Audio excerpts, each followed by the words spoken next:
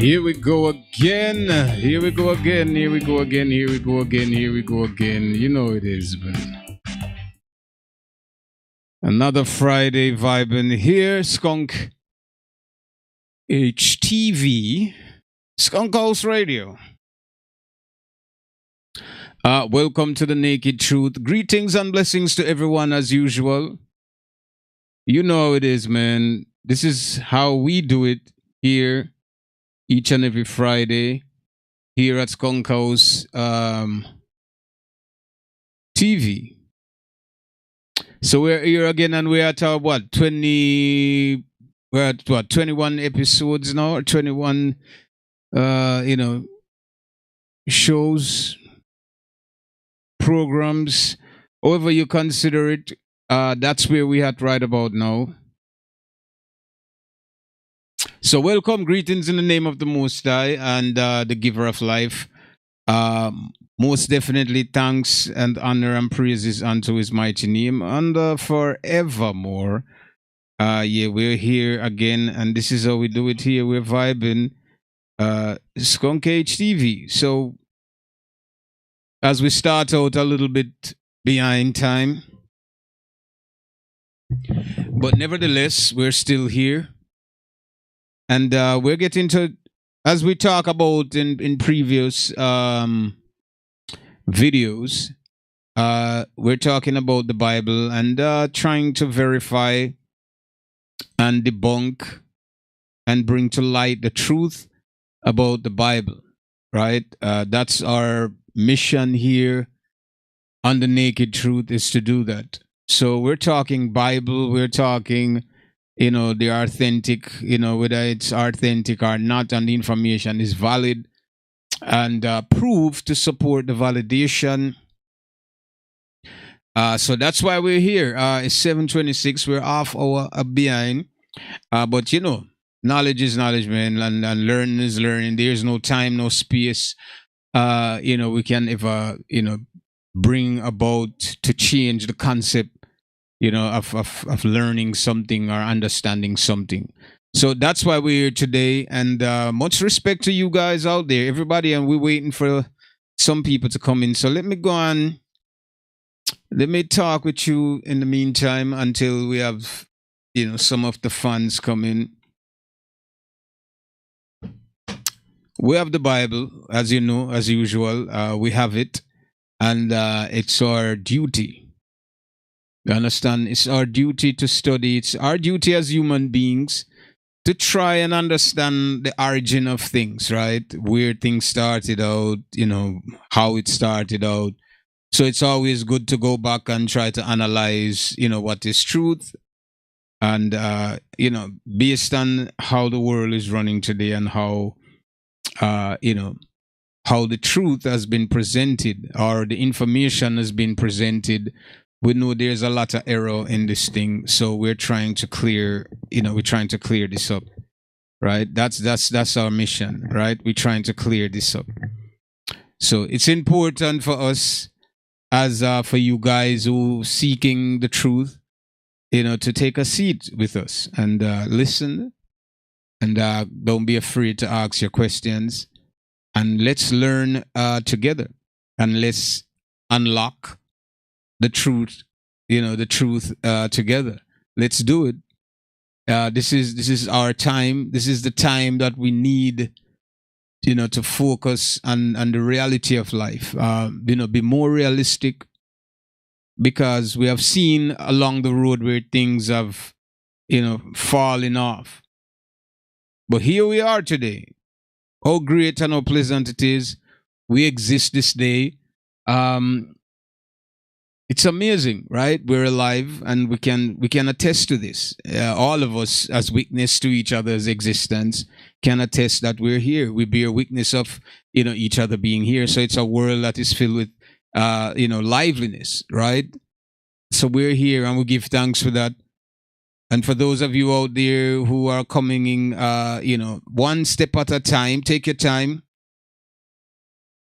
We have about an hour and a half left to kind of go through some stuff, right? So we're going to take it we're going to take it a step at a time and trying to establish what we know. We talk about a lot of things basically last week, Christianity, and it's a lot. As I said, it's a lot. The information is so vast, right? That it is a lot. We have to take in. It is a lot to analyze. It's a lot to figure out. Not many people have the understanding. Not many people have the dedication, the commitment to really stick into learning and analyzing this amount of information to figure out what is happening. Because as you know, the book has been turned into what you call it's edited, right? And it's corrupted. And the information is not very clear to a lot of people who are reading it. So it's simple, for us to try to take, some, take some action, our own stance, and try to figure out how we can break through this web of deceit and lies. We're trying our best to break through it. So it's going to take dedication. It's going to take time. It's time consuming. So of course you have to put everything into it if you're looking for something out of it, right? And what we're looking out of it is the truth. We're trying to establish the truth, and so the people who deny the people, the chosen people, the people of the Most High, can recognize, well, this is what you've been doing all along. You understand? And you need to know the people and who they are, because the prophecy will stand. It won't fade. It will stand because we know who the people are, what those people and who and how they look, and what they do and what they're going through at this present time in this modern era, right? Or this present era, right? So we have to know this. And this is why we're here clarifying the truth, as we have gone through the scriptures many times and talk about different evidence that prove that the book belongs to a certain group of people.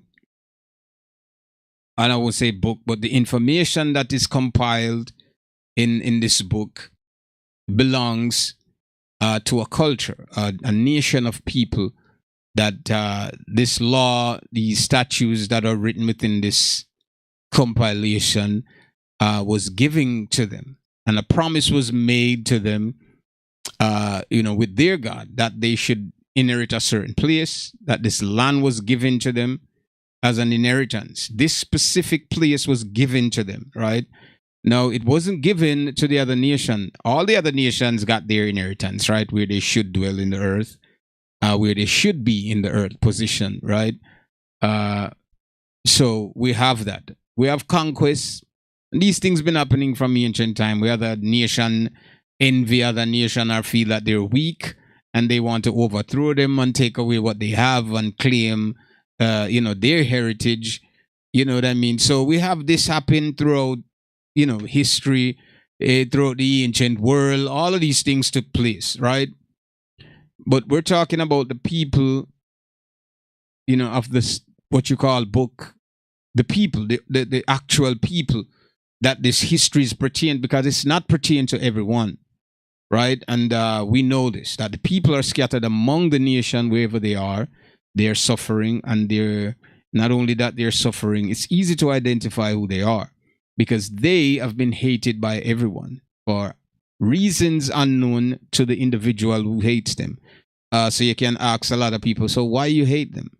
They just don't know. They just feel like they should hate them because it's written in their hearts to hate the Israelites, because the Most High is using them, right, to punish the Israelites, and in turn he's going to destroy them, right, because they serve no purpose to him, basically, more than doing destructive things. So he's using the wicked and the evil people to offend and to ridicule his people. so that he can deliver them out of their hands and prove his power unto his people, how great and mighty he is, and how caring he is, and how loving he is to his people, and what he will do to protect them and to defend them. So this is what's taking place. So it's very simple for anyone to know. Very, very simple. For anyone to know who the children are, right? Who the children are, what they are, where they live, what they look like, right? Very simple.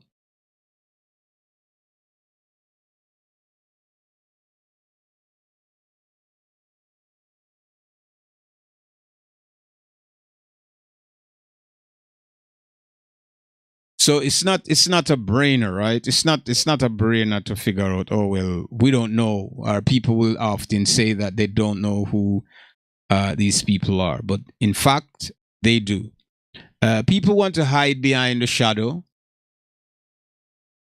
or shadows, and criticize, and would tell themselves whatever lies they would tell themselves to believe, and they'll do so because the majority that rules, right? An individual is not looking to another person that that's probably not in a position of power, right? And to say, well, oh, this person knows everything. They know, they know what's going on. The information becomes standard, and because it's standard, right? Because of the idea of standardizing these things, it becomes what you call a trend. It becomes trendy, right? It becomes within the society the thing to do, right? That's what's happening, the thing to do. So it has to be this way, right? It has to be the thing to do, right?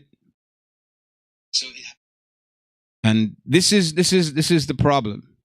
So that's the thing to do because it becomes normal among people, and if a lie, as I said, a lie can seems to be true later on because everybody become, are their ancestors before them was deceived, and then this truth passed down, this lies would have passed down to this generation, that it would seem like everything about it is true because nobody would know the origin of where this thing started. So you'd have probably born in a country where everybody celebrate a certain day, and you would come and celebrate this day, right? Your mother before you, your mother before her.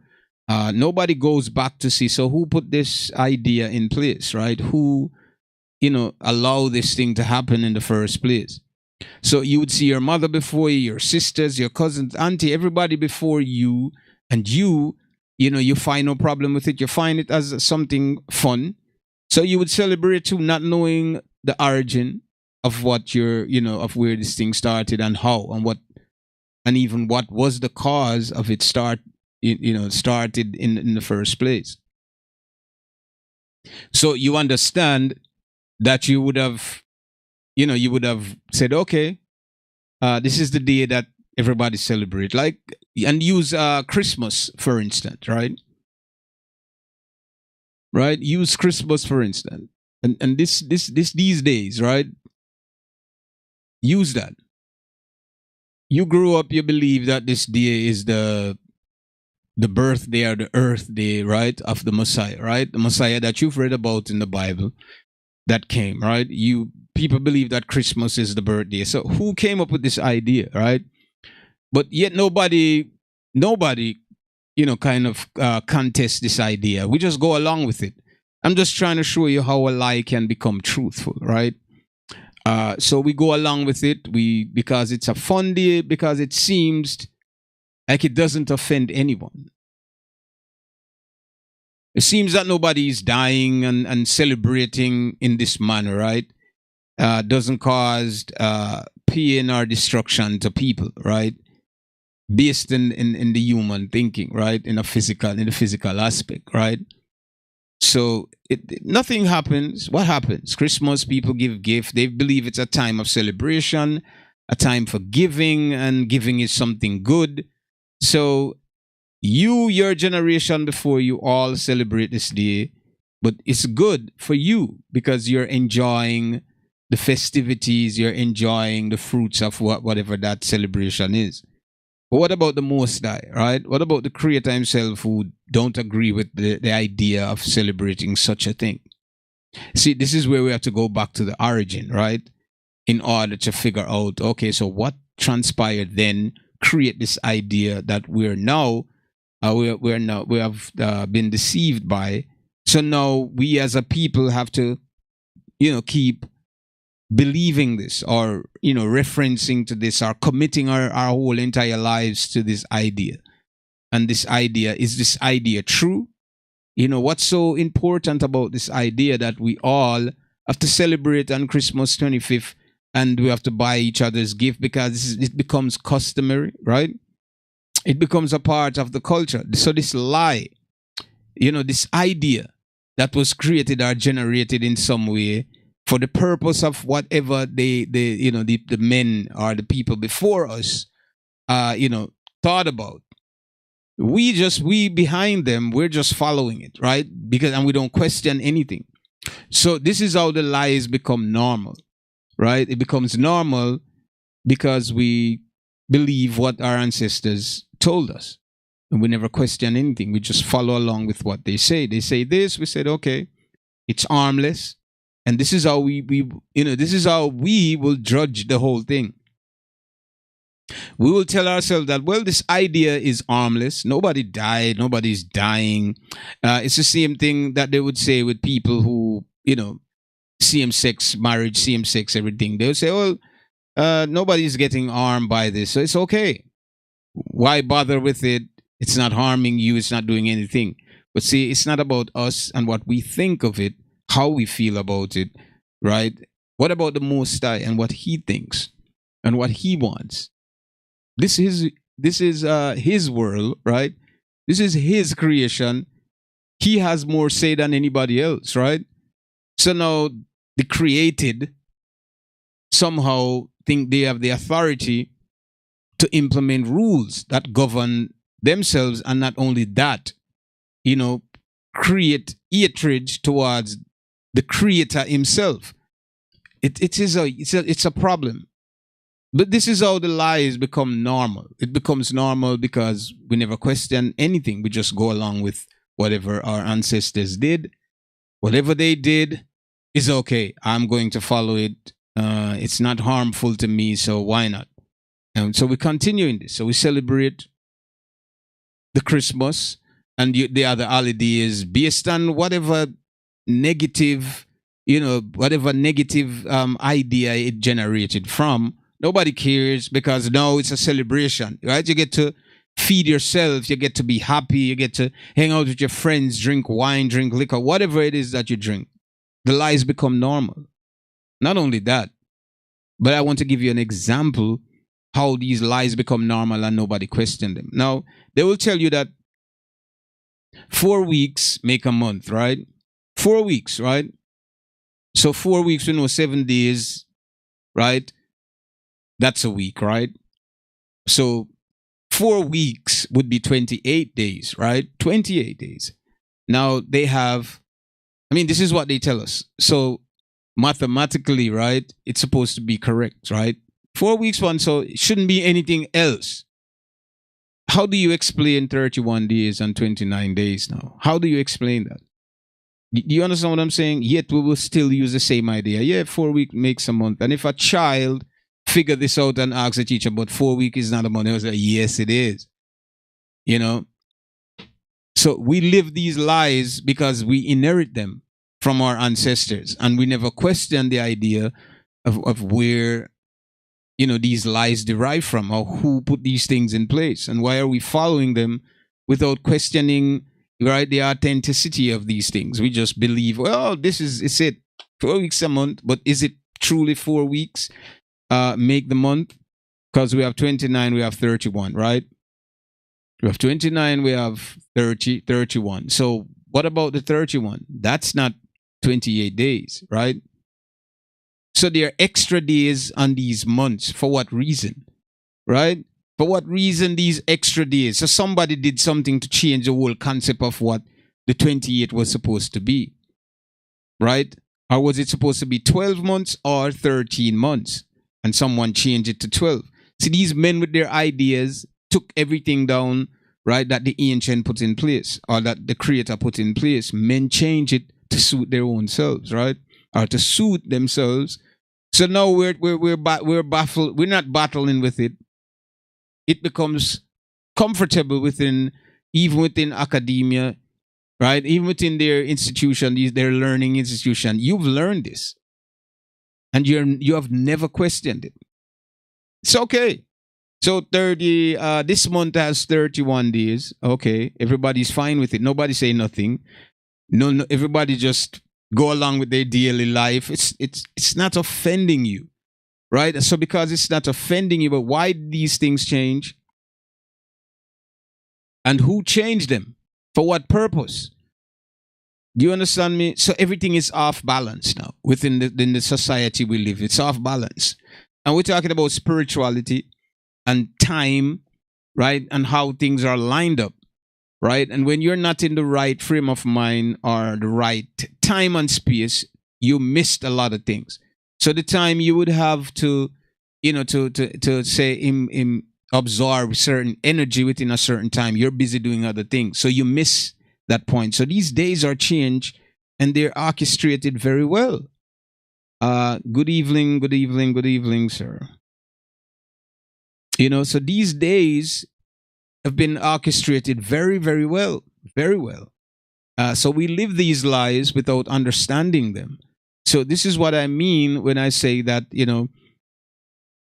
the very thing about the Bible and the book and the things that are implemented there are a lot of things that changed in the scriptures and are lies in the scriptures. Can be nothing else within the very society we live. They're lies, right? They're evil, they're wicked people living here. There are people that are in the position of power who have done evilous things under their rulership, right? And they don't care because they're earning something and their lives are comfortable. They're comfortable with themselves. So they don't care what happened to the citizens, what happened to the common person. You have to face the destruction. You're left in the wake, right, of the debris and the destruction behind. They are safe wherever they are. So that's my point, how the truth or our lie become normal and seems to be truth. 4 weeks, 1 month, yet we have 31 days, 30 days, 29 days. How is that possible? So mathematically, it's incorrect, right? It's not correct. Couldn't be correct if we're talking about 7 days equates to a week, and so 28 days would equates to a month. Then there is a problem, right? But we dismiss this, and this is not the only thing I'm trying to explain to you. It's not the only thing, but this is just one as an example for you to understand where I'm going with this when we talk about how the lie becomes standard. And then when it becomes standard, we all follow these lies and believing it, Just like I said, Christmas. This is not the birthday or the earth day of the person that came here before that you have read about in the Bible, right? It's not. Someone created that day for whatever reason they did, and everybody celebrates saying, yes, this is the day. So because people might give gifts or whatever they did, and they believe, okay, it's fine. But the Bible is saying something else different, right? And we're definitely going to get into it. The Bible is always saying something different from what they're saying. And this book, supposedly, right, supposed to be the foundation of the Christians and their society, or the Christian society, right? You understand me? right? So, we have to understand that.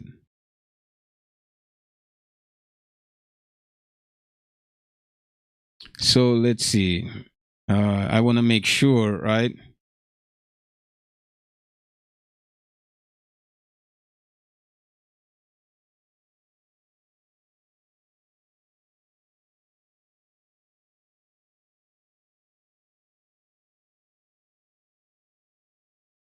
It's a lot that you have to understand, right?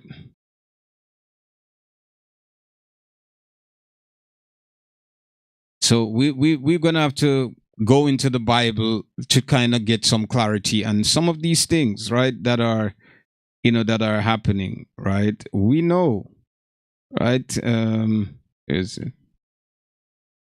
so we know. So let's get into the Bible here. I'm trying to multitask here, doing some other things at the same time, right? Okay, let me pull this up. Where is it? So we're gonna go to Jeremiah, right?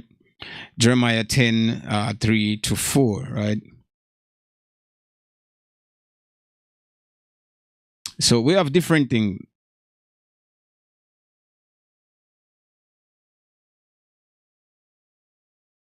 So and we're talking about Jeremiah 10 1. Okay, listen. Okay, so let's go to Jeremiah 10 1 5 through, right? So listen to the message that God is sending your way. House of Israel, listen most carefully. Don't take the godless nation as your models, right? Don't be impressed by the and I'm just going, but this is what it said in Jeremiah 10:3, right? For the practice of the people are worthless. They cut the tree out of the forest, and the craftsman shaped it with their shield or swords, right?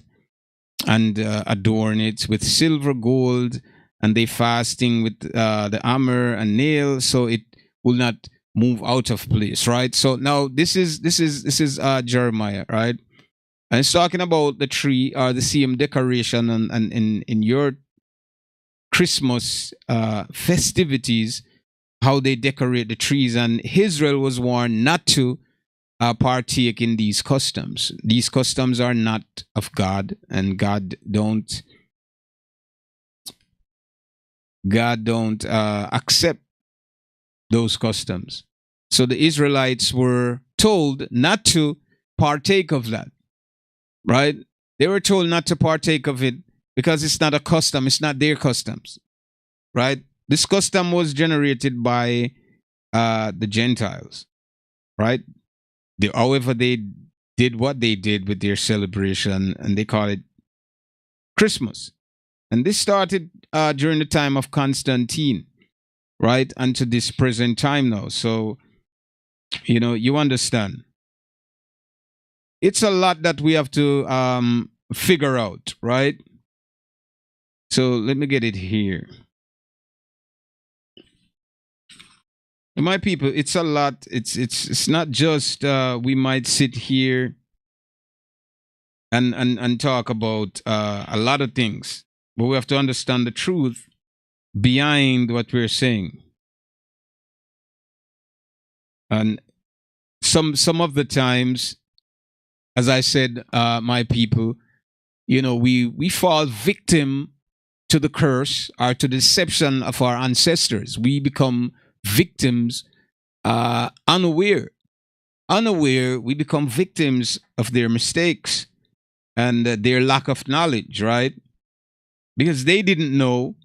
So basically, how would you know? Right? How would you know? Right?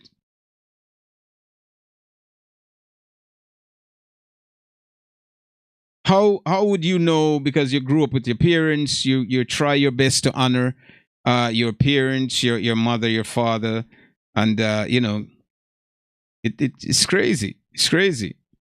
Right? So let's read this now, Jeremiah 9:10, right? Hear ye the word which the Lord speaketh unto you, O house of Israel.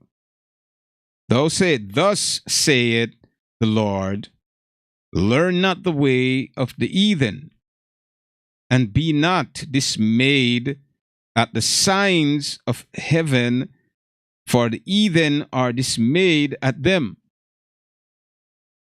Right? For the customs of the people are vain.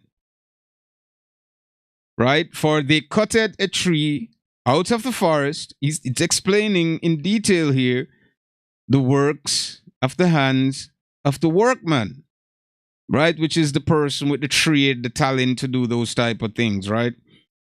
With the axe, and they decked it with silver and gold. What does that sound like? And fastened it with nails and with hammers, that it move not.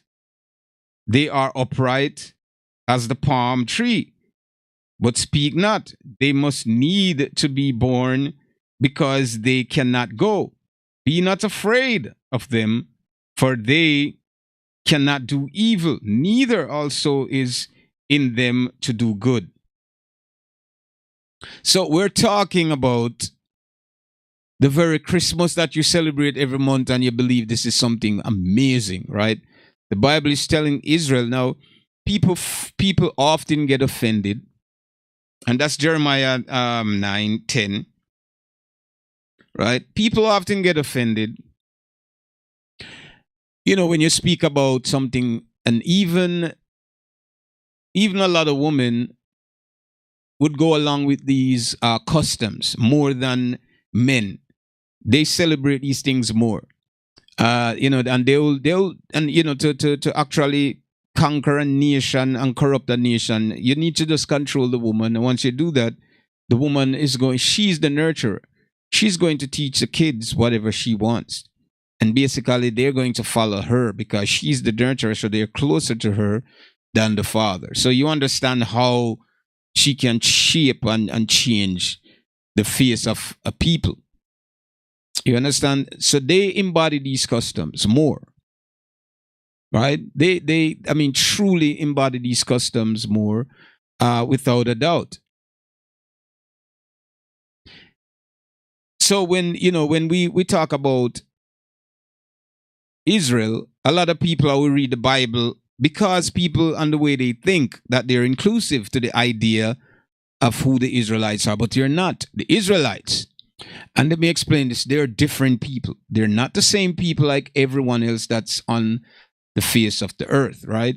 They're different. They were separated from the other groups of people.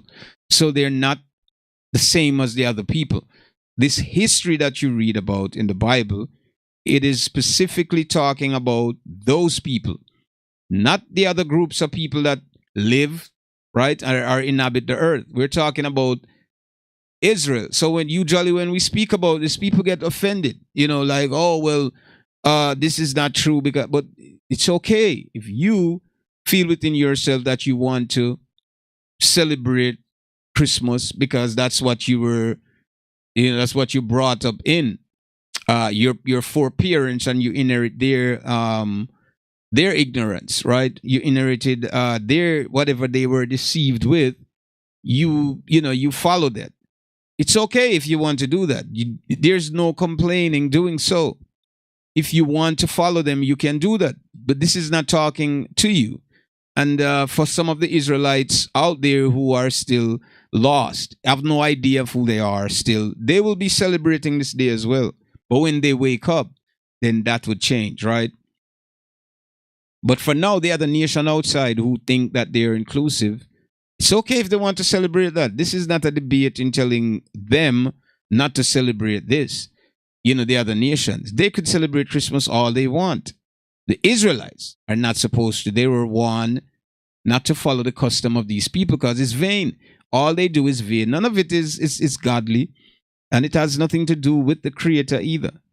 Right? So, again, 10, hear ye the word which the Lord spake it unto you, O house of Israel. So, house is a collective group of people. When they use house, we're talking about a specific group of people, right? House of Israel, a particular family, right? This is why the term house was used here, right? House of Israel, thus saith the Lord, learn not the ways of the heathen. The heathen, they're called heathen, right? And be not dismayed at the signs of heaven. Be not dismayed of it, right? For the heathen are dismayed at them. The heathen don't care about the signs of heaven. They have no interest in that. They care about their present moment here living and how they can go out to a party and have the most, best time. That's life to them. That's God to them. Going out and celebrating. Oh, I need to travel, see the world and the beauty and exist and just embody myself and, deal with whoever they want, make money and drink wine, get high. That's their God. They don't care about the order. They don't care about the rules that the Most High implement or put in place. That's not their concern. Their concern is to be happy, right? At least they think that they're happy. So that's their concern, is to live, to enjoy the moments, live for the moments. That's all they want, nothing else. Live for the moment, enjoy the moment. That's it.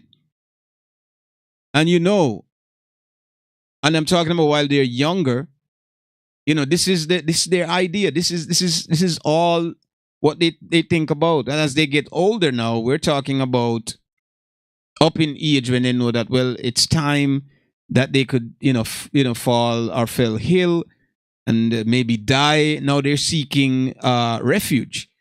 So they will go to the church, the very place that they think would be the place to bring them salvation.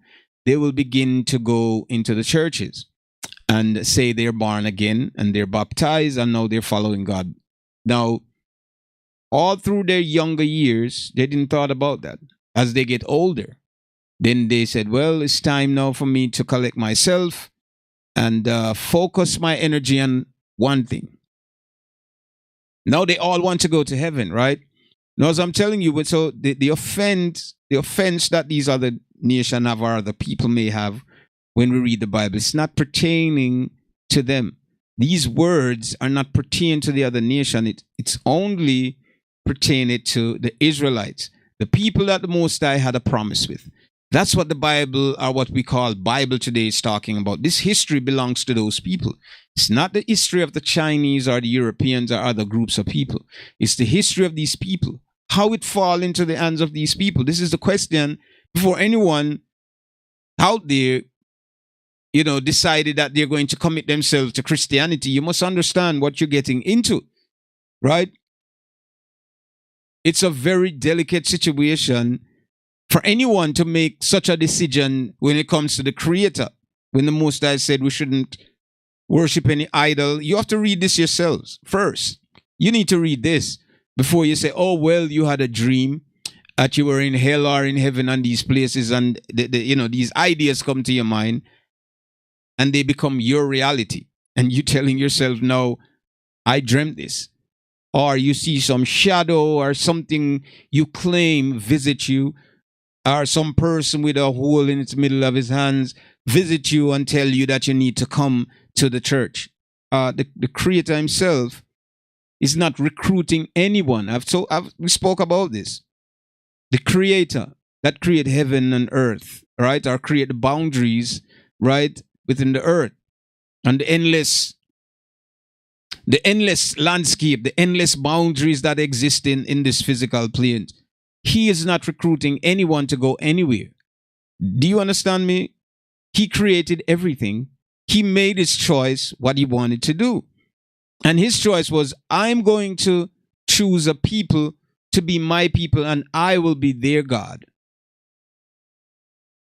Greetings, my brother. And that's basically what it is, right? He wants to be their God and they will be his people. So he chose them out of the abundance of people that existed on the earth. And he separated them and gave them laws, statutes, and commandments. So when we're reading this, people get offended because they think that they're inclusive to this. Not everyone is inclusive to this information here. You were taught this when you were younger. So you believed it. You grew up believing, good evening, welcome. You grew up believing that everything here belongs to you. Right? And now we're talking about, when the good evening, welcome.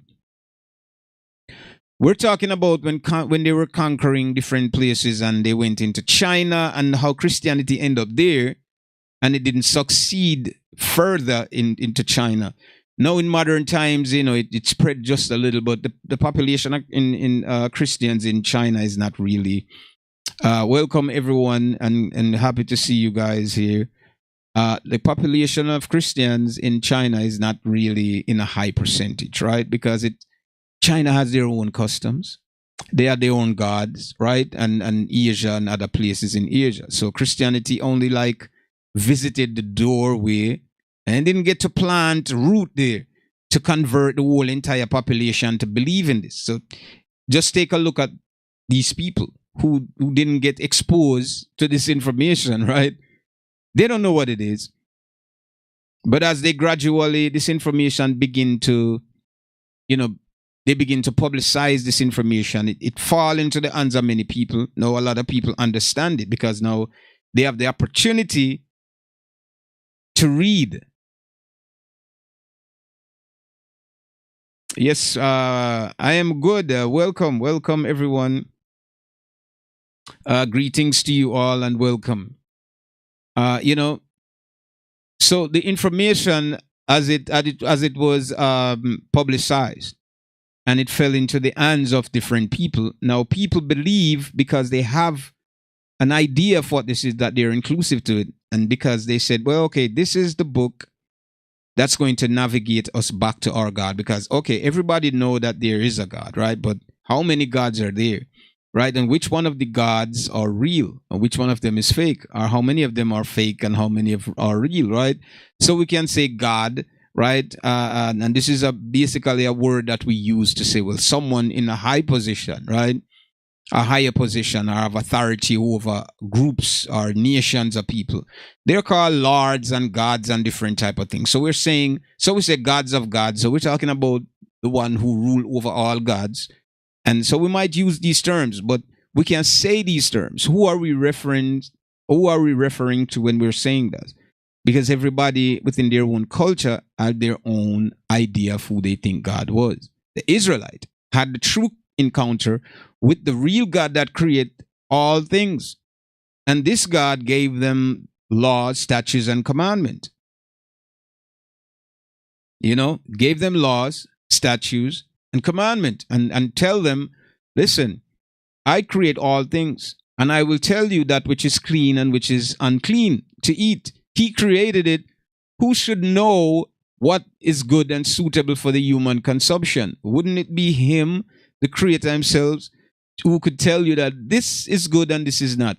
No, because Christians and men who find it difficult, right, based on their culture, they ate everything.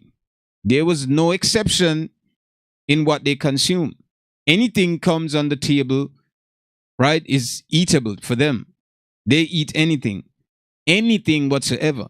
So when you have a culture that exists with people who are used to eating certain things, and then you have this new idea that comes in, right? This new idea.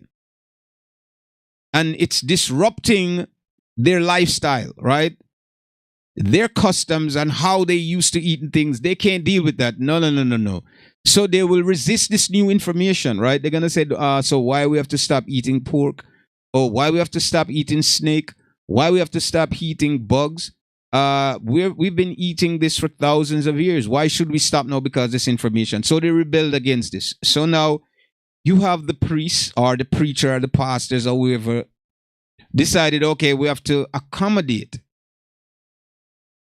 We need to accommodate these people. We can't, because we need to control them using this literature, right? We have to control them with this. So we need to make some adjustment. So they'll tell you, oh, well, everything that the Most High creates is clean, right? So now You understand the conflict? Now it's either now the creator himself who created all things is lying about what he created, that some of the things are not unclean. Even when a person get the leprosy, he said that person is considered unclean until the leprosy completely takes over the person, then they're clean. Even when a woman is seeing her, her stuff, right? She's unclean within the process of that. Even if you got a cut, simple cut on your hand, you're unclean until when, and these laws were set in Israel, by the way, right? Among these people. So you're unclean until the evening. You tell you that if you go among someone who have a cut and you end up touching them, you become unclean. These are principles and rules that are set up within the spiritual realm in order for a person to be pure, in order for a person to be holy, right? You have to stay away from a lot of things, right? This is why these laws and these rules were very strict, very stringent, right? So it wasn't what the other nation used to. So why they would change the laws? Because it doesn't accommodate them. It doesn't, they don't fit in this thing, in this law. So why should we stop doing what we have been doing for years? They love pork. So how could they, change the scriptures to say that pork, nothing is wrong with pork, right? And it's edible, right? So they have to go in the book and try to find ways how to do this. So they say, oh, rise up and kill and eat. And they will use these things to justify, right? This is how corrupted these people are. This is why we're here on the Naked Truth, right? It's to reveal the lies, right? So get up and kill and eat. Everything that I've created is, it's clean. Right? But then he's contradicting himself again. The Most High doesn't make mistake. We don't understand this. He don't make, and I'm going to explain something to you. The fact that he don't make mistakes, right? He cannot contradict himself. Do you understand me? Because a person that knows the beginning and the end of all things, it's impossible for them to make mistake. Person who know that tomorrow they're going to die. If you knew it, any one of you guys out there, right, in the comments or in the chat, any one of you, you knew tomorrow you could win $1 million. How could you fail? If you know what time you're going to wake up, what time you fall asleep, what time you're going to die, what time someone else is going to die, what time the sun is going to set, rain is going to fall, how possible it is for you to make a mistake. It's impossible. The Creator himself cannot make mistakes, so there's nothing contradictory when he says something. Anything else, someone is trying to change it. He cannot contradict himself. It's impossible for him to say things that's going to sound contradictory to anything. So anything else you read in the book that says, okay, well, this is unclean, it means that's what it is. There's nothing else beside this. Anyone else will say, well, you could rise up and eat and do other things. Someone else is trying to change the idea of what the Most High said to create this conflict. Now, if the Most High, it's impossible. If it's impossible for the Most High to make a mistake, how could he have made a statement that sounds contradicted, right? Or contradictory to what, to what the scripture, according to what the scripture is saying? It's impossible. My people, it's impossible. If you knew tomorrow when you're going to die, how could you die? So if you tell somebody that you cannot die, right? Because you have the power over life and that you cannot die, and you know that tomorrow there's an incident that could cause this to happen, you know it. It's only wise that you would avoid everything that you knew would come at you that would change or contradict the idea of what you told someone, that, well, it's impossible for me to face any type of destruction. It's impossible because you can see it. How could you face it unless you yourself want to do that? So when the Most High say, before one of my word pass, heaven and earth shall pass away, he's not lying when he say that. It means that he cannot lie. He cannot make mistake, because how could someone that knows, right, the future, the past, the present, How could they make mistakes? It's impossible. So he said, if one of his word, one single word that them, just pay attention to that for a second. Before one of my word pass, before one thing that I say out of my mouth, don't go the way that I say, everything shall start over. I mean that I've made a mistake. And it's impossible for someone who know the thoughts of men, the thoughts of the animals, the thoughts of the smallest creature out there. He knows what they think.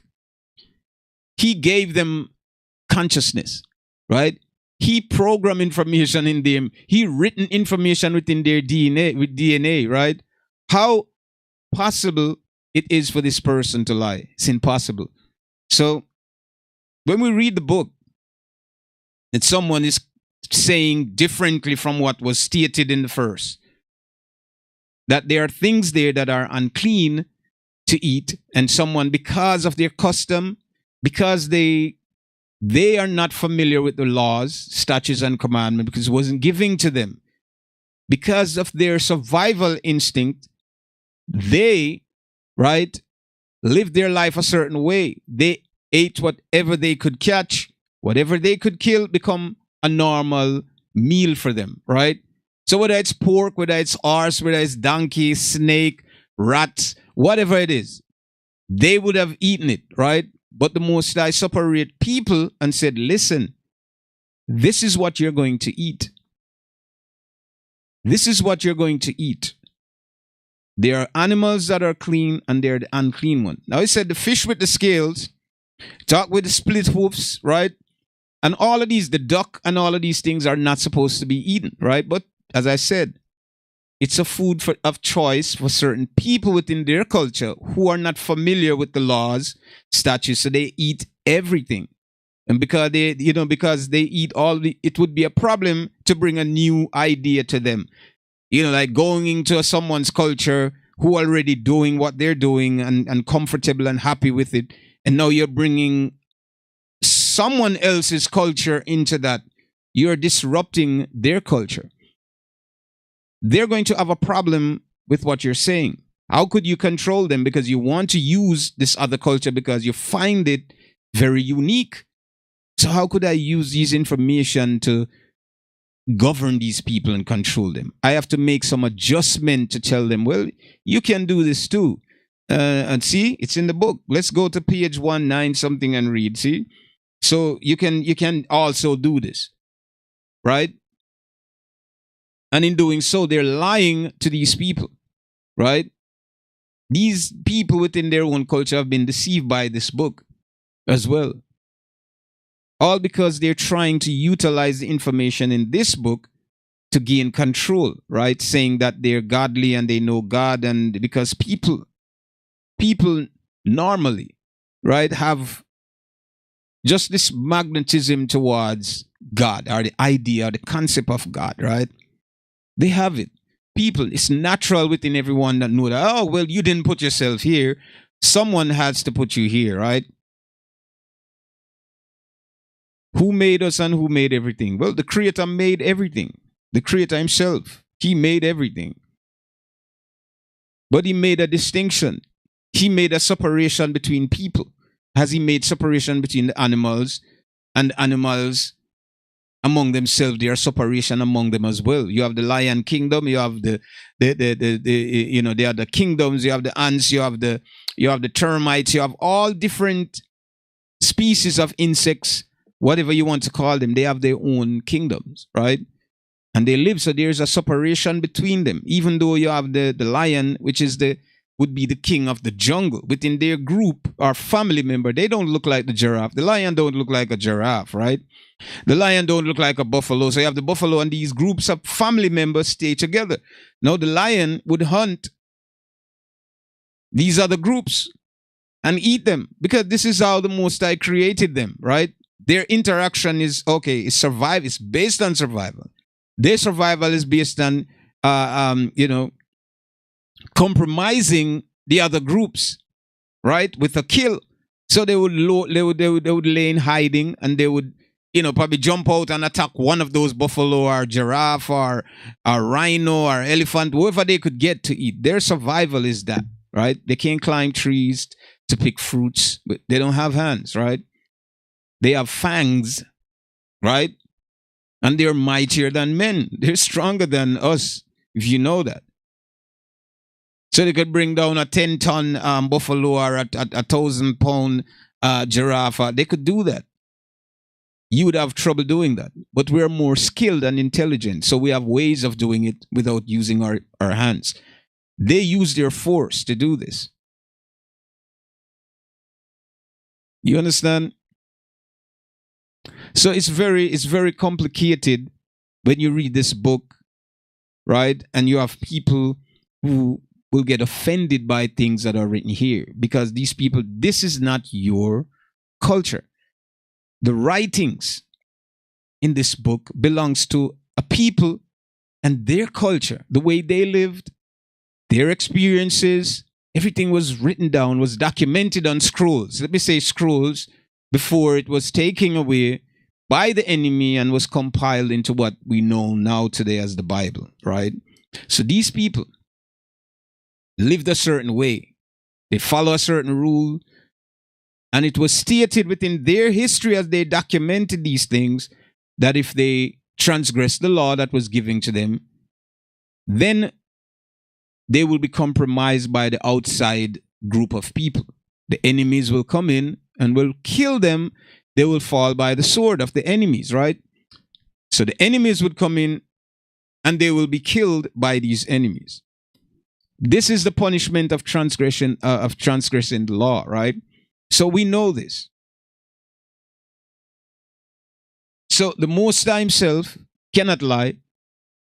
The book itself cannot contradict itself. It means someone is trying to change, change the story or change the writings. Someone is doing it. And even they tell you in Revelation 9, the last chapter, 22:9, that if one of these words change, and let me read it just for you to get clarity. I'm just trying to tell you how far they have went with this, right? Just to convince people to believe what they believe today. Just to convince you that, and believe me, when I was like about 8 years old, I've read this.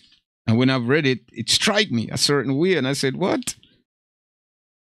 Right? Where is it? Here. Now, so Revelation 22:19. Right? That's the scripture. Revelation 22:19. And this is how far they've gone now, the story, right? According to this book. And this is not the whole entire, the scrolls are the generation that lived before and all the information that they have written down. This is just some of it here in this book. Now, this is what the authors, or the deceivers, I should say, this is what the deceivers try to do, right? For the readers to believe everything that is written without questioning anything, right? Because we're saying it has to do with God, right? It has to do with principle. It has to do with truth. It has to do with everything that's good. We don't need to question anything. So they're going to put a final stamp on it so that the readers who believe, right, and absorb all the information within themselves would think that nobody would try to go against God, right? Listen what they say, right? So we're talking about Revelation 22:19. And if any man shall take away from the word of this book of the prophecy, God shall take away from his part out of the book of life, right? Out of the holy city and from the things which are written in this book. Do you understand what I'm saying to you? That's Revelation 22:19. You guys can read that yourselves, right? This is how far they went to convince the readers, right? Not to question anything that they have read in the book. But does it sound conflicting when you've read it? You know what I'm saying? When you've read it, there are many lies in this book, right? Yet they're telling you at the very end, the deceivers, the authors were deceivers, right? Who have translated this information and tried to corrupt this thing, telling you that if any man take away from this, God shall take his part away from the holy book and the holy city and the book of life. All of these things is to let the reader believe everything without questioning it. And this is when I saw this, I was like 8 years. I've read it and I realized this was the greatest lie that was told in the book. Right in the very end, Revelation 22:19. That's the greatest lie they've told to convince people to believe without questioning anything there. But is everything in this book true? No, it's not. This is why we're here on The Naked Truth, and we're at our 21st episode now, discussing this. So we understand what they had planned, or what their plan was doing this. You have read it. So this book is not the complete book, right? Because we're talking about the other books that were taken away from, because it wasn't going in line with how these other nations who took the information, how they lived, how they conduct themselves. It didn't go in line. We won't want this. Get that out of it. Leave that out. Leave that out. Leave that out. We don't need this. It sounds too terrible, too horrible for our people. This information doesn't belong to them. It belongs to a people who understand the judgments, right? Who understand the destruction, who understand their God, who understand what will happen if they fell into sin. So the judgment and the punishment that would come to them. Do you understand me? Not only that, it talked about the enemy and their punishment that was coming to them. Whoever in the last days are found with any Israelite in their hands as captives, they will be punished as well. So because of these horrific things that are written here, people didn't want to deal with that. The enemies who took it didn't want to educate their people based on, no, they don't want to take this information. They want it to be simple. Believe in this Jesus, right? And you're going to die. And when you die, there's a place, this mysterious place that they tell you about, that it's beautiful and pearly gates. You heard about it all when you were younger. And everything in heaven, in Islam, they have 20 virgins, so they're not afraid to die to go to heaven to 20 virgins. And all of these crazy ideas about this place, this mystical place that they read about in the book. And none of them have been there, right? But this is what they told. It's going to be glorious when you die. Just believe in Jesus. And when you die, you're going to go to after death. You're not just dying and the sorrow of dying or the pain of dying. There is an evolution after death, right? That you're going to go to this amazing place and you'll live forever in eternal light, and you'll have everything that you ever dreamed of in the physical world. You'll have it there, right? That is the elusive idea that they sold to children and people who are not literate enough, right? That's what they've sold to you. And many people believe this. Oh, when you die, you're going to go to heaven. And all the other nations will speak about heaven, but yet the book explained to us, right? There are 12, right? When you go to heaven, this place that they speak about, there are 12 doors there. 12. Do you understand what I'm talking about? 12 doors in this place that everybody claimed they had dream about because of these ideas of men that created movies, and the imagery is imprinted in their mind, and now they dream and exaggerate the idea, and they come back and say, oh, I went here and I saw this. There are 12 doors according to the book. And on the 12 doors are written the names of the tribes of Israel. So listen, 12 doors for the 12 tribes, right? And the names are written on each doors, right? So each tribe will go to the door, right, of the family that they belong to. So nobody else outside could enter this place. If you're not an Israelite, how could you even possibly think of going there? You cannot go there. So all the other idea they're telling, oh, and these people and everybody said, no, it's not. You're not going to go there. If you're not a part of who the Israelites are, then you cannot enter this place. This is why the Bible says, and the Most High said this to the Israelite, that the earth was created for their sake. It was for the righteous to dwell on the earth, right? It was for them to live. But we had someone who wanted to challenge the Godhead, right? And try to change things, right? So the earth were created for the Israelite sake. For them, it was created. Do you understand me?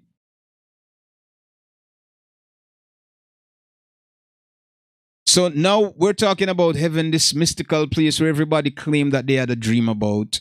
And we understand that this dream that they're talking about is far, far from reality, right?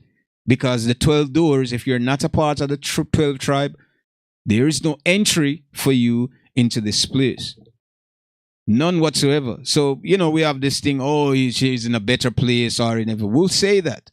The Israelite could probably say that, right? And it's valid.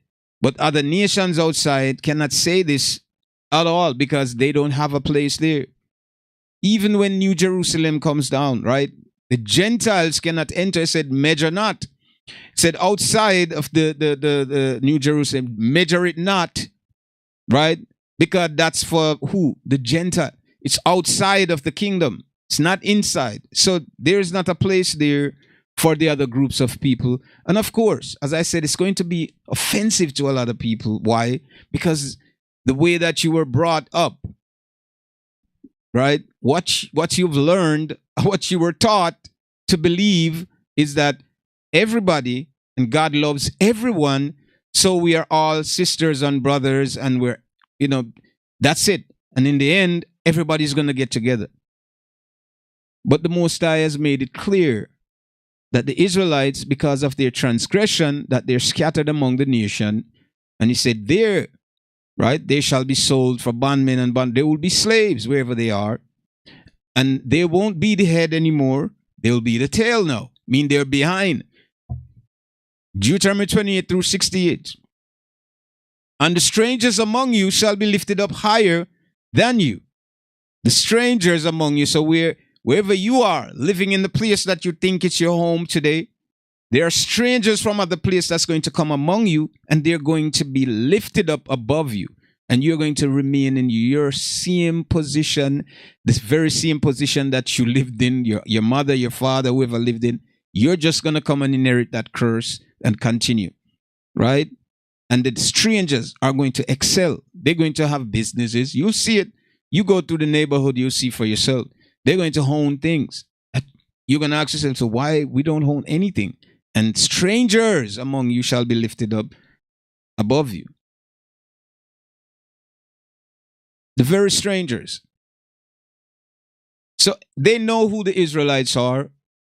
Mainstream, whoever they are, elite, they know who you are. You just don't know who you are yet. You understand? You don't know who you are yet. But because you're so drawn to the enemy's customs and their culture, you're engulfed in what they what they have or what they put in place, that you lost consciousness of who you are. You lost consciousness of the reality of your creator. You believe in everything they say. And generation shall be poisoned with this idea. My people, you have been fallen, you have been tricked because you have no knowledge of God. You have no knowledge of the Creator himself. And this will continue and continue because we're not teaching our kids about the Creator. This has not been taught. Why do you think in schools they don't tell you that, you know what, you should learn the Bible? First lesson is to learn about your Creator, right? To learn about the origin of mankind, learn about yourself. Did they teach you that? No. You're not supposed to learn that. You know what you need to learn? How to become a productive citizen, how to graduate with all your accolades and earn a position on the plantation. Hey, you know what? You could earn a high position with a certificate So you're a certified slave within a system, right? And you'll continue working and paying taxes, right? And following their rules, their laws, right? And you live there and you'll teach your kids to become upright citizens within the same system, right? Or society on the same plantation to do what you did. You died and you retired at maybe 60, 65. And your retirement is not going to go to your kids. It's yours. The government will control or put a seize on that. Your kids have to go to earn their own way. Nothing is free for you. So after you've been used up, you understand? And believe me, my people, I've known a couple of people who retired, work for years. And finally they said they're retiring. And you know what happened to them? One guy I know, it was just buy a brand new house, decided, okay, now it's time for him to rest. Too old. You're too old. You didn't spend time to live your life, not even to serve the Creator, much less living any type of life. You were a slave without even knowing it. Dedicatedly every morning, you wake up at 5, 6, 7 o'clock, go onto the plantation, work. And when you finish, you go back home. Right? You go back home. This guy buy a brand new house, retired, and just walking down the stairs, and he didn't fall, collapsed. And that was it. Right in that very spot where he collapsed, that was it. He died. Right? Didn't get to live in that house for much long. Right? Or to enjoy what he think is the life to enjoy. You know what I mean? He died right there. Back to the earth. Right? So he came here, labored in vain, know not where he's going after this, right? Didn't know about the Creator. Concern wasn't about the Creator. The concern today in modern society is how can I get a car to compete with the other person? How can I get a house? Because I've seen on television the lifestyle that certain people live, and I think it's beautiful. It's amazing. These house, oh my God, technologically advanced. The bedrooms are so you want to be a part of this. You yearn to be a part of it. That's what you want. You want to have that good life, that good space to live. And what's next after that? You still didn't learn anything about your Creator, right? And what He wants you to do. 7 years, 5 years in school, right? They make sure you get a part of the programming at a young age. Academia is the program, right? You have to learn this. Because not only that, you're going to fall on your own ideas, your God-giving ideas within yourself. No. We already construct a formula for you to follow. And you have to learn this is the standard, right? And the standard, you have to learn this. You got to go to our institution and learn what our generation has put down, right? In order for us to have control of you. You're going to work. Doesn't matter you go to a college, you're not exempt from working. You're going to be on the plantation. So you could look on your brother and say, a work is a work. It's labor anyway around, right? You're laboring. Whether you sweep outside or you wash car or whatever you do, all of it is labor. Everything. Whether you have a certificate to say, well, I have a certificate for wash car. This is just regulation and rules within this society. The work is work. Whether you're sitting behind a desk in the office doing whatever you want to do, working. However you do it, working.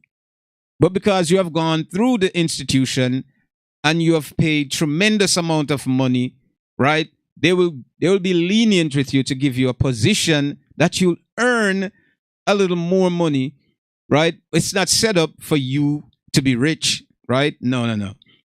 If you don't use your common sense, right?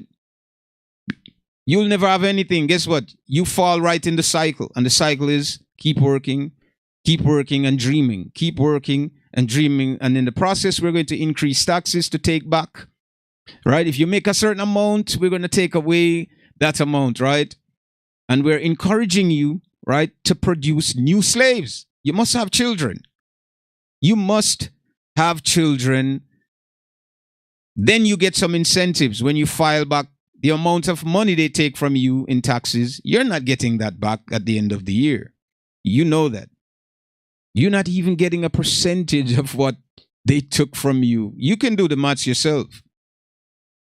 You're not getting it back. Oh, child's credit, you're getting that because now you have some new children and we want you to raise them strong. We need them. We need them to continue to maintain this society, to keep our society afloat. So you're going to do what? The very program that you were programmed with, the influence from your parents, their parents, is that education is the key, not the creator. The creator is not the key because he gave life to you, because he created a place where humankind can strive, right, and live freely. No, that's not the case, right? You're taught to go to school because educating yourself in what? No, the fundamentals of you learning how to speak, how to utilize the English vocabulary, because if that's the language you speak, right? Fundamentals. What are the other things that they teach you again?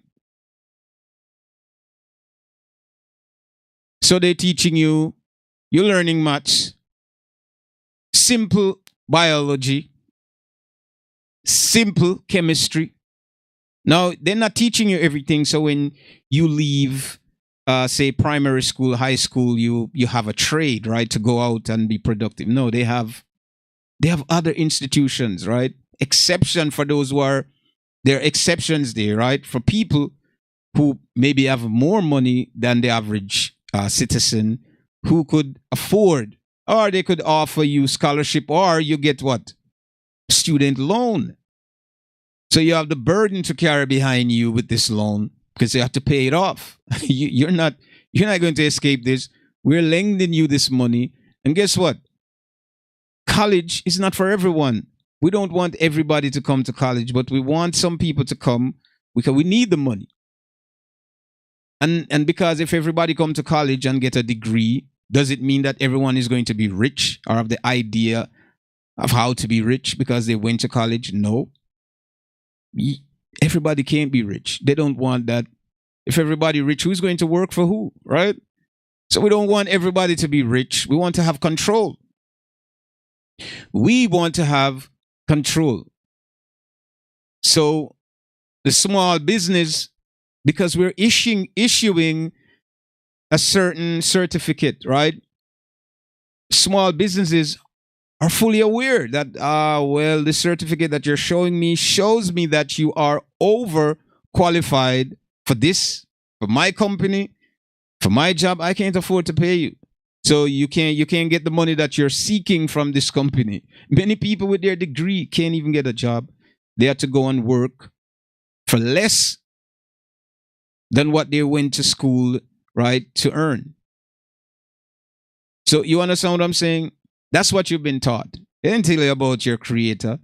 They didn't tell you about the beginning of the earth and what happened and the tribes and different people that live here and the origin of man, right? And how we should honor the creator and how we should honor our mothers and fathers and respect our neighbors and brothers. They didn't teach you anything like that. You must go to school. You must. And if you don't go, the government will come down on you because you have to get this program. This program, you must go through this programming. This is our program. We finalize this program, you have to go through it. It's the same thing like the IQ, right? The IQ test. Now, Hitler developed this system in Germany. It's in Germany. They use it here. Say it's the standard of their intelligence, which is a bunch of nonsense, right? But anyway, this is what they utilize to test whether your intelligence is, or say, well, oh, this guy IQ test is, that means that you can, because you have a high IQ, or the test, the system, the test that they set up. Does this mean that because you can do it and you're able to get a pre-testing on it and review and study it and you might get a high score? Does it mean anything? Does it mean that because your IQ, according to what we utilize, according to the definition of what we understand IQ, does it mean that you can repair televisions, fix cars, and do multiple things? No. You're not smart because you did an IQ test or you get a high score because you studied it. Just like anything else you study. And if you dedicate yourself to it, you get a so-called high score that they give you, right? Doesn't mean that you're smart and you exceed everyone, right? Not everybody interested in an IQ test, right? Majority of the people that you know that are wealthy in this country and around the world, they don't have a college degree. Some of them don't even have an high school diploma. You understand what I'm saying? This doesn't determine how you gain wealth or you earn your wealth in a society like this, right? But just to give you an idea, my people, you're not learning anything. They're not teaching you about your God, the Creator. You understand me? It's about having control of you, following their rules, their laws, not the laws, statutes, commandment of the Most High. Right? So they can't teach you about this in school.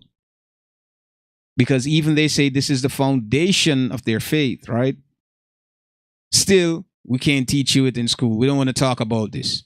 It's not their culture, so they don't embrace this. Now, the Israelites, as you know it, in their community, this was the rule. The rules, the laws, and everything was a part of that society, was a part of that nation. They had to follow it. They had to live by it. And the days that they chose to celebrate couldn't be one person celebrate. They all had to do it. So these holy days, they were called holy days. They all had to study, right? They all had to study this. You understand me? All of them had to study it.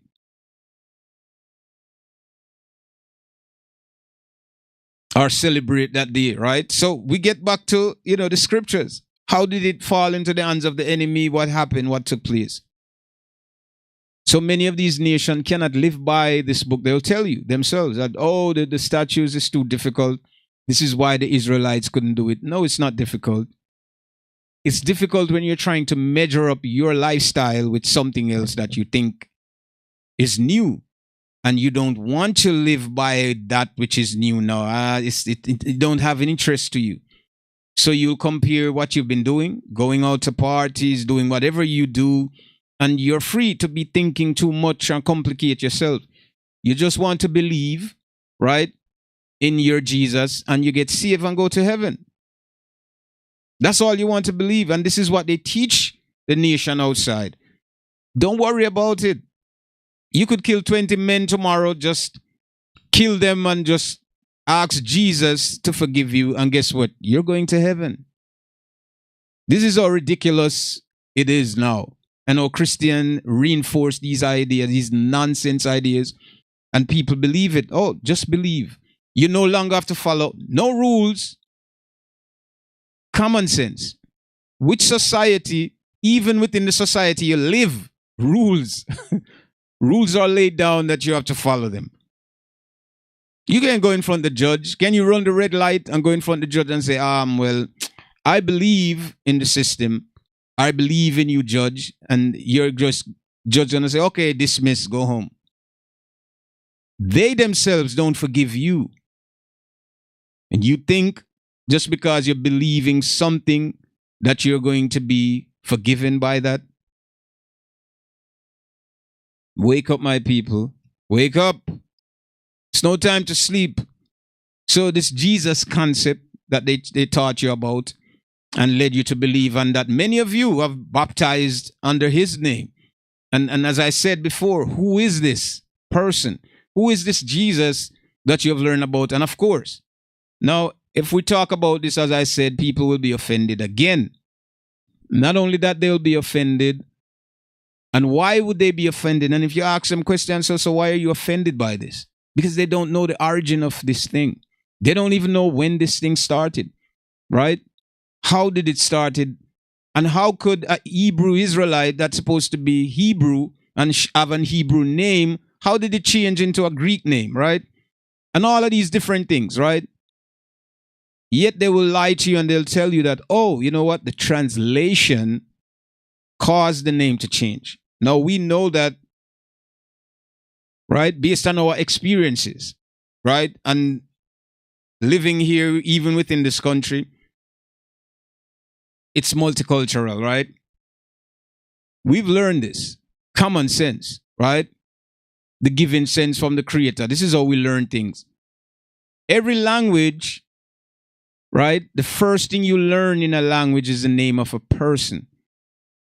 If you encounter someone from another country that don't speak the language that you speak, the first introduction is your name.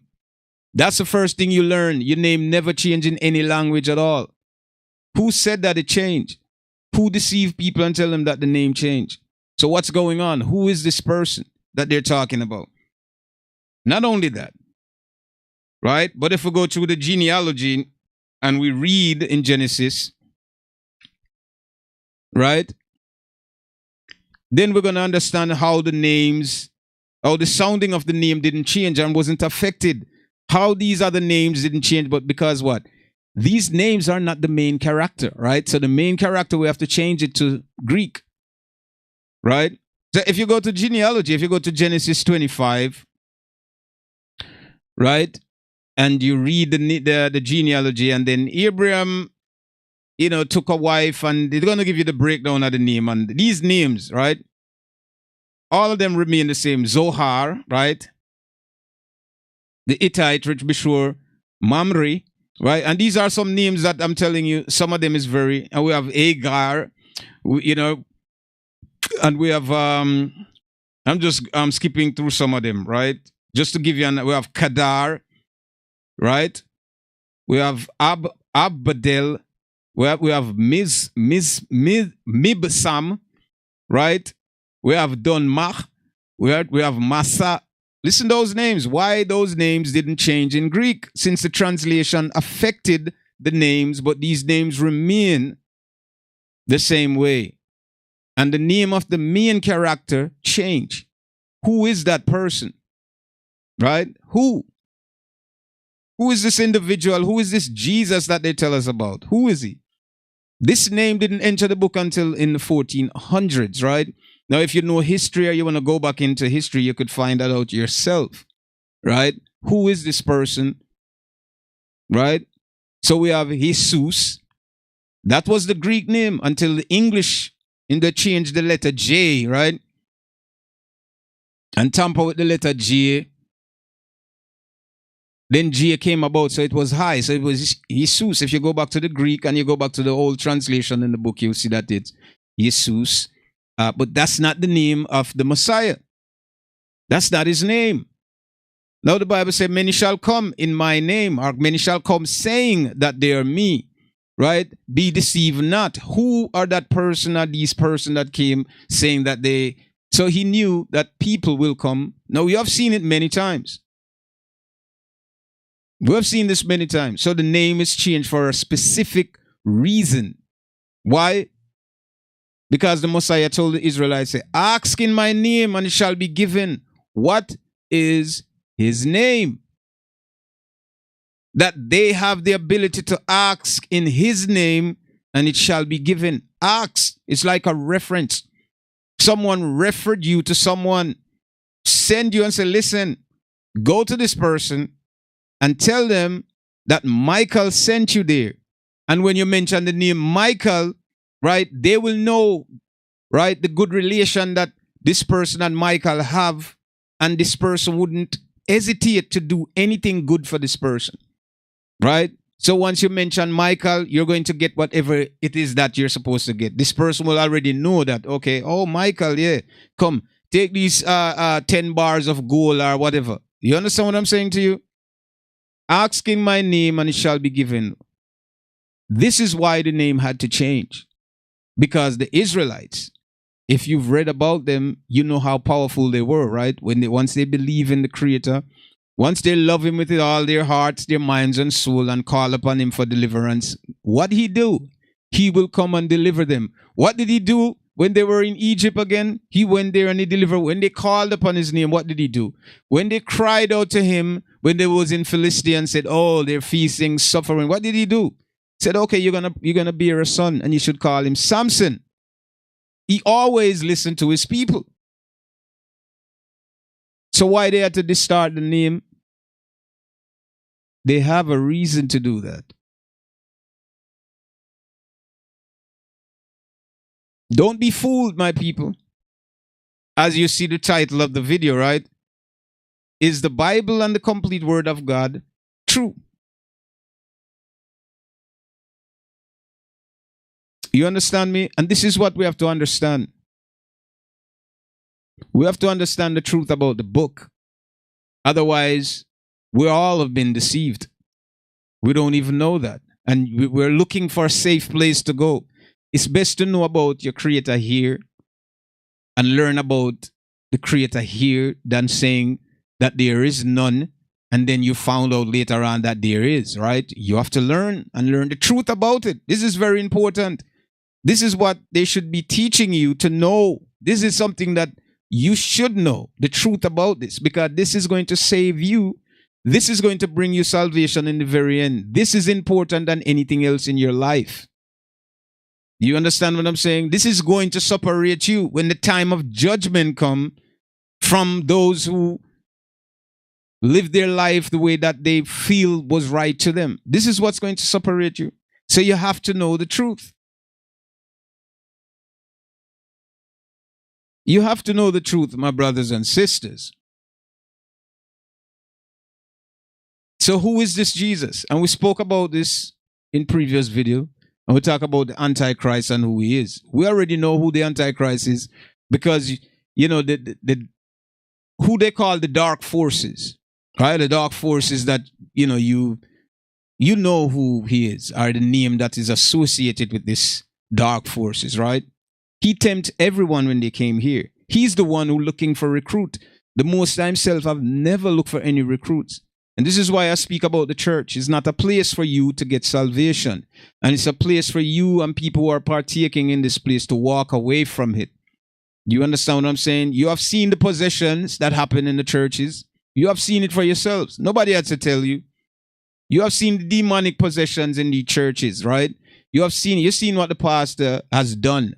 And they can't help themselves from doing it. These places are supposed to be so-called righteous and holy places. The worst has happened there. And I'm telling you, for those of you who want to stay, you can. But truth is, it's not a place for salvation. It's a place that if you're a part of it, you need to walk away from that. Because it's only going to bring destruction to you in the very end. He said the Most High is a spirit, right? And for those who seek him, must seek him in spirit, right? And in truth. If he is a spirit, then what? If that's what he is, right? He's a spirit. And if the Most High, the consciousness that create all things, right? And give intelligence, understanding to all living things that you have seen. The bird. Just take that for instance, right? The bird itself, right? How he could weave, take straws and just his beak alone, it probably would be difficult for you with your two hands to do it, right? It's a bird. Uses beak and build a nest, weaved it, right? In such a unique way, right? The Most High gave them this knowledge and understanding. He gave all of them this. And this knowledge, this consciousness, you're telling me that it's only confined to a certain place, that you have to get up and say that if you're not in the church, you're not worthy, right? You're not worthy to be recognized by this consciousness. It's madness. This is why we have to find the truth, not what's been laid down in front of us from our ancestors, right? That were kidnapped, they were beaten to change their language, they were forced, right, to adapt and accept certain things, right? They were converted into something else, different from what they knew. And we inherit all of these things, the faults, right? The bad deeds. We inherit all of this from them and we didn't question anything. We say, oh, it's culture. And is all culture correct? Is everything when we say culturally is 100% correct? No. So we follow these instances and we say, yeah, this is what It is. And we never question because your mother say this, whether or not it sounds true or not, you just believe it like, okay, whatever, that's what it is. Nobody question or seek to find the origin of how these things came about. Where did they come from? And how we fall victim to them today, and we will stand up. And how the enemy construct these things and set these reference points that even when we're referencing, we're going back to the very information that the enemy puts in place. So when you say, well, I got something different and new, what are you going back to? The very information that were put in place by these men. It's very simple.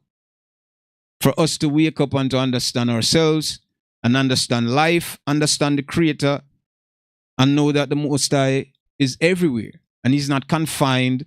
Remember when the temple was built, right? He said, the Creator, don't dwell in houses, right? He told him that, but he said, because you're honoring me like this, he said, okay, I will visit this place. That's it. The Israelites are not churchgoers because there were no such word in the book that is called church, right? None of these things existed in the Bible, or the scrolls, I should say. None of that existed there. Now, later on, during the Council of the Nicene Council, and this is another history that we have to go into, right? This is when everything changed. This is when the outsiders came in and took the information and tried to analyze the information. They didn't understand how these people culture, their culture was, right? They didn't understand. They were new to this information. So they came in and they tried to cipher everything and say, well, it must be this. And they tell you about the power of the Trinity and all these nonsense. You believe it because it's written here, right? And because Revelation 22:19 will tell you what? Any man take away from this book, but they are already taken away from it. They're already taken away from the book. And now we become the fools in the society. We've been deceived, and we are going to deceive our children and perpetuate lies and deception for generations and generations to come. It's time to wake up, my people. And with that, as I said, Deuteronomy 28-68, you can go there, read about the blessings and the curse. You will know who the Israelites are. I said, this book, the history, the scrolls, everything that happens that you've read about in here, right? Separated from the perversion, right? And the lies that's been written among the words. It's for the Israelites. They are the only one who is inclusive to this, not the other nations. You could think whatever you want outside of that. And if you go back to the book, unless you're saying that the Creator Himself is lying, now if you're going to say that, then we could put this book aside and talk something else, right? But not everything here is true. We know that, and I've proven this over time to you guys. And I hope you guys learned something good today. So with that said, you leave your comments because we have other things coming up, and we're exceeding the time right about now. And I have to thank you guys, everybody that tuned in now. Until next time, do leave your questions, and you can go back and watch the video, share it on your social media, and do remember, leave your comments. And we can talk about that next Friday coming up on The Naked Truth, right?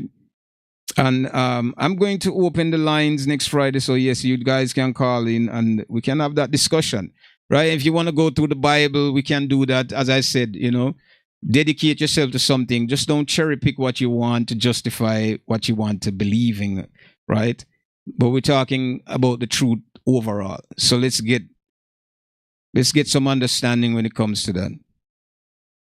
So I want to thank you guys again, and do remember Deuteronomy 28-68. Please read this. Understand what it's saying. Because in the last days, the Israelites, the end time prophecies around these people, you will see they're not the nations or everyone that everybody's teaching, or what the church and Christians and pastors and theologians are what they're teaching. It's not about that. It's about a specific groups of people that have been mistreated and they're scattered everywhere and they've been hated by everyone. You know who they are. You see them, you know, and they don't know who they are. They think they're all these different nationalities when they're not. Those are the people. And they're going to wake up in time and you will see. We will witness this within our lifetime, hopefully. So I want to thank you guys so much. ATO is coming up next. So you guys stay tuned and don't go anywhere. ATO is coming up. And we look forward to see you guys next Friday. It's going to be a vibe here, as it is each and every Friday.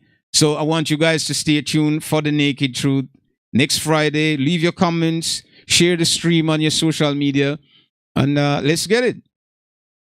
And next week, we'll talk again. So may the Most High bless you all.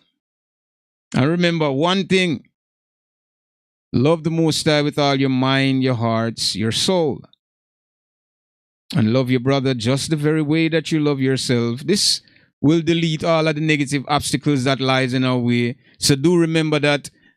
Until next time, we'll see you guys. Much love and respect to everyone. And we'll definitely talk